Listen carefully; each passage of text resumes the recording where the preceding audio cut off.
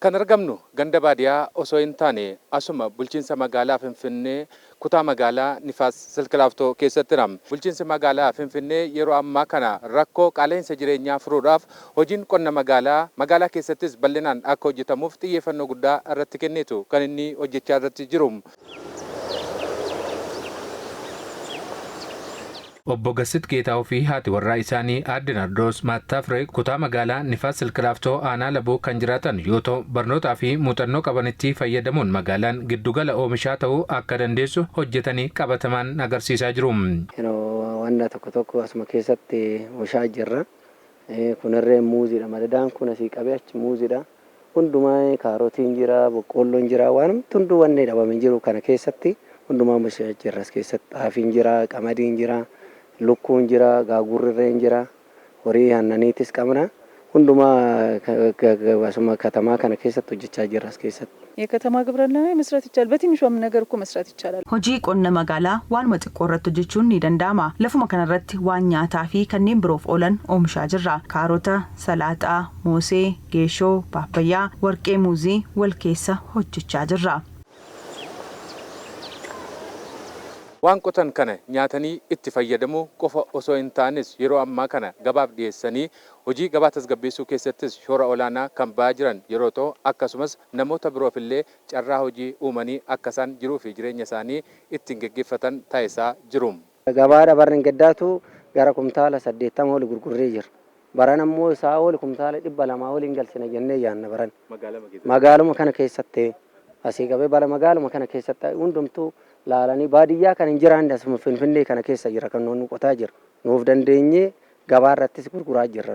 ማምረትን የመሰለ ነገር የለም። የከተማ ግብርና ደግሞ Oomishuu wanti fakkaatu hin jiru. Jireenyi qaala'eera. Qonni magaalaa immoo kanaaf iddoo guddaa qaba. Lafti jiraannaan maaltu hin hojjetamne? Lafti jiraannaan xaafiin, qamadiin, mooseen jira. Wanti murteessaan garuu waan qaban irratti sirnaan hojjechuudha. Namoonni bakka kanatti hojii irratti bobba'anii jiran illee kanaan dura kan carraa hojii hin arganne qonna magaalaa kanaan carraa hojii argatanii fayyadamoo akka ta'aa jiran kan isaan dubbatanii. Hojii dhabeenii deemaan ture isaanumatu hojii hojjettaa jedhanii na waamanii na fuudhanii as na galchanii. Yaani duraan magaalaa keessatti qonni hin qotamu jedheetu yaada ture. Magaalaa keessatti kunoo akka arginetti hin qotamaara sirriidha yoo bootaan jiraannaan hin qotama maaliif wanni dhowwu nama dhorku hin jiru jedhee yaada. Itti miidhagee jiru kanatti immoo hojii itti fufuun nama barbaachisa akka hojii isaaniitti illee yoo ta'e nuyiifuu barumsa nuyi kennaniiru. Hojii kunuunsuu hojjetaa jira. Abbaa maatiiti. Galii asii argadhu maatii kiyya jiraachisaa jira. Wazii yaaganyuut ልጆቼን ያሳድራሉ. hojii humnaatu hojjetaa turre ta'us illee isaanii wal barreet qonna kana isaanii waliin misoomsine bu'aa gaarii arganne. Guyyaatti qarshii 400-500 kan oolu haga 700 kumaanuu kaffalanii isaa waliin callaa kana haalan misoomsine sadarkaa kanarra geenyeerra.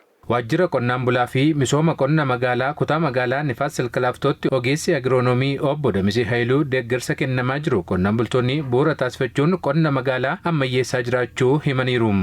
Suma gosa lamaati antuura kanatti agartan. Amma karaa dakana'uu agartan qamadiin sanyii filatamaadha. Inni amma kan yeroo gannaa faca'u gara olii xaafiin jira. Kunniin yeroo gannaati. As keessa warri agartan kun immoo jal'isiidhaanis yeroo gannaattis immoo ashaakiltii irraa ka'e kun haala agartan kanaan intercrop godhaniitoo amma kun saayinsiidha mataa isaatiin. Wanni guddaan lafti amma yeroo baay'ee ijaarsa qofaa miti namni ilaaluu qabu.